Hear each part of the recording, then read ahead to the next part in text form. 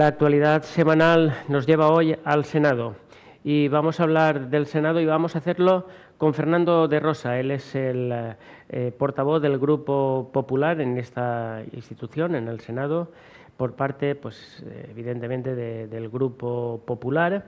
Y le damos otra vez la bienvenida aquí en el plató de Grup Televisión. Fernando, bienvenido. Pues muchísimas gracias, siempre es un placer estar aquí con vosotros. A principio de este mes de febrero, usted hacía una interpelación al secretario del Senado con unas duras acusaciones. Vamos a hablar de esas acusaciones que usted hacía.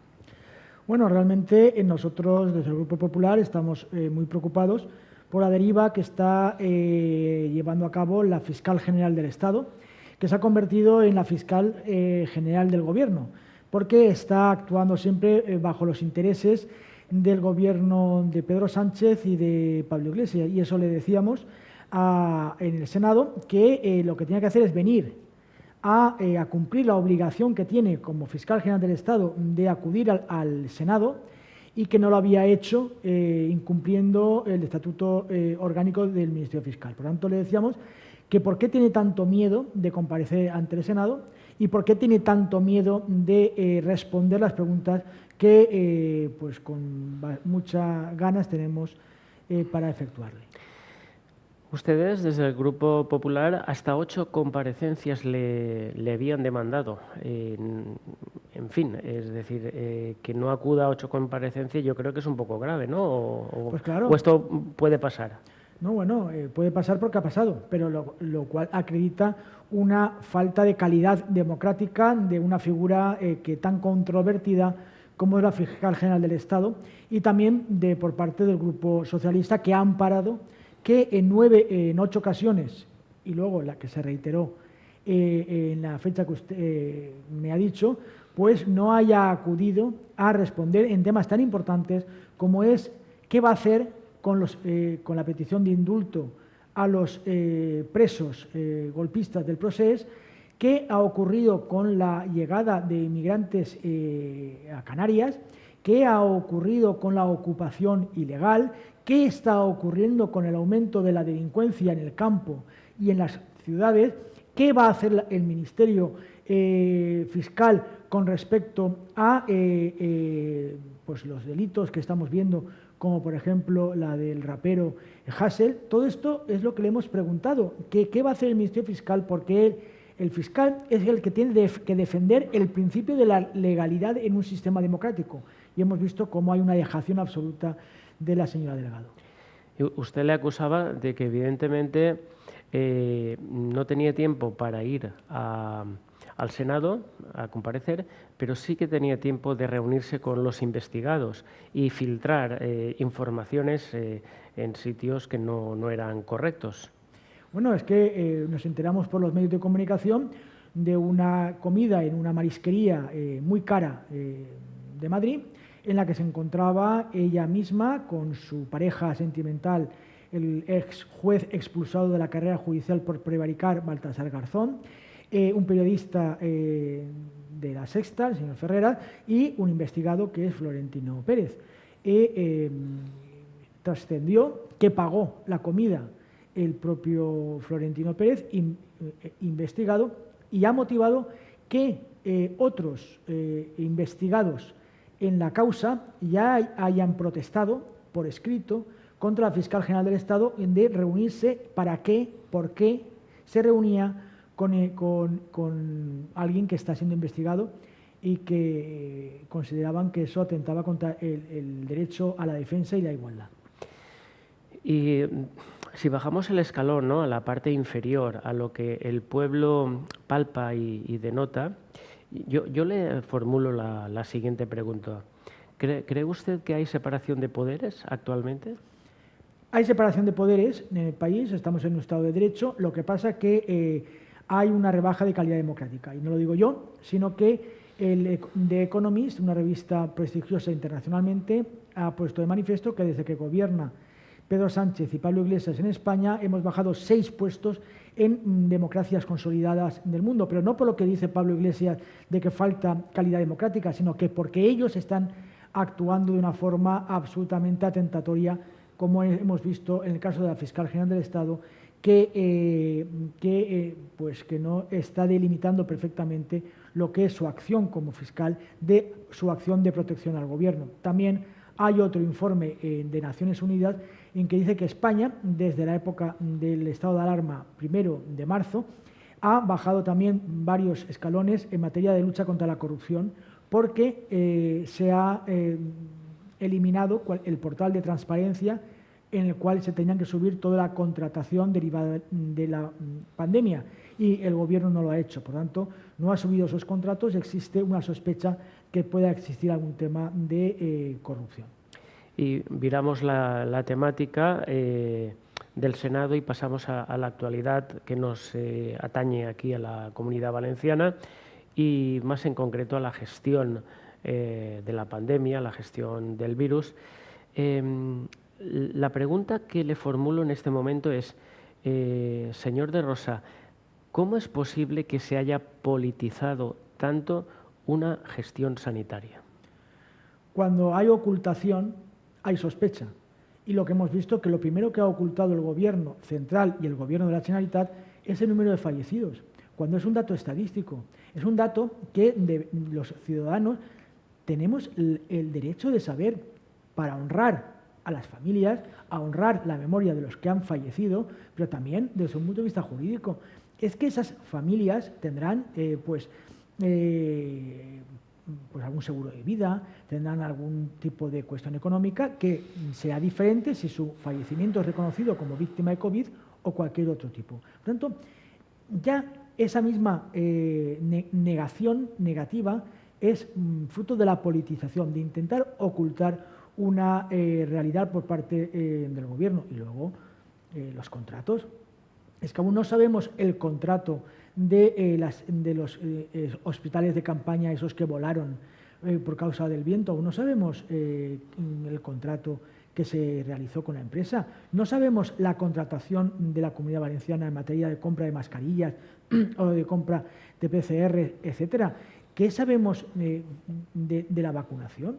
Que se ha ocultado también aquellos listados de personas que se han vacunado y los que no. Por tanto, esa ocultación y falta de transparencia hace que se politice y que acuda y que acabe mucha gestión en el ámbito de los tribunales de justicia, sin duda.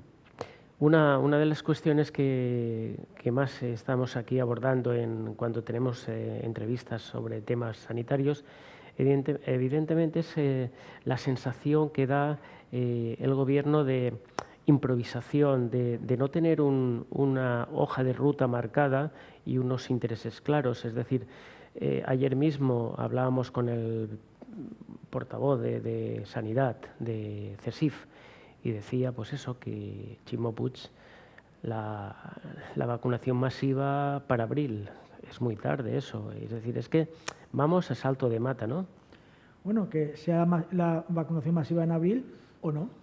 También decían que iba a haber la vacunación masiva en febrero, luego en marzo, ahora en abril. Ahora las voces más autorizadas dicen que hasta después de verano pues no estaremos en índices ya razonables de vacunación.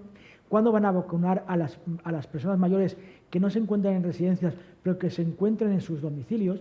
¿Cuándo van a vacunar a todas aquellas profesiones de riesgo, como policías, como bomberos de protección civil, funcionarios de prisiones,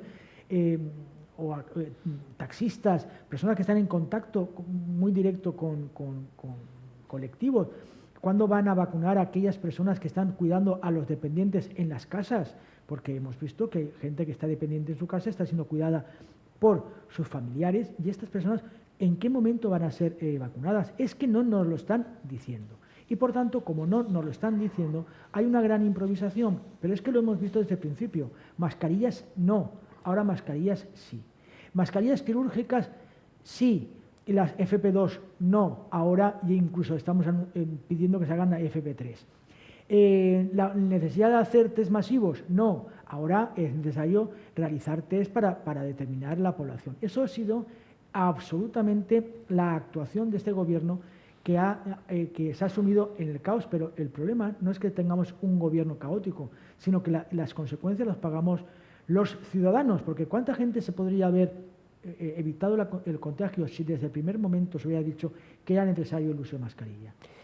Desde el Grupo Popular, aquí en la Comunidad Valenciana, su portavoz de Sanidad, José Juan Zaplana, manifestaba recientemente que, bueno, denunciaba que se estaba de alguna manera para bajar la presión asistencial haciendo una criba de ingresos, es decir, a ver quién ingresaba y quién no.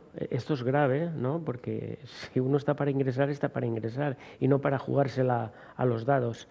Y que esto podía ser muy peligroso en la salud de las personas, para no contabilizar. Esto es una acusación del Partido Popular. Yo la dejo aquí para si usted tiene algún dato.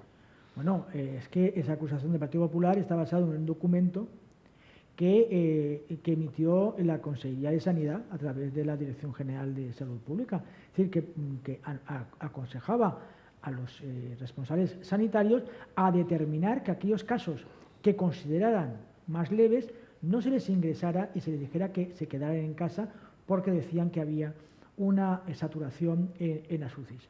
Yo creo que efectivamente eso es debido a la falta de planificación. Hemos visto cómo los hospitales de campaña que se anunciaron con trompetas y tambores, bombo y platillo, y que han costado 16 millones de euros, no se hicieron UCIs.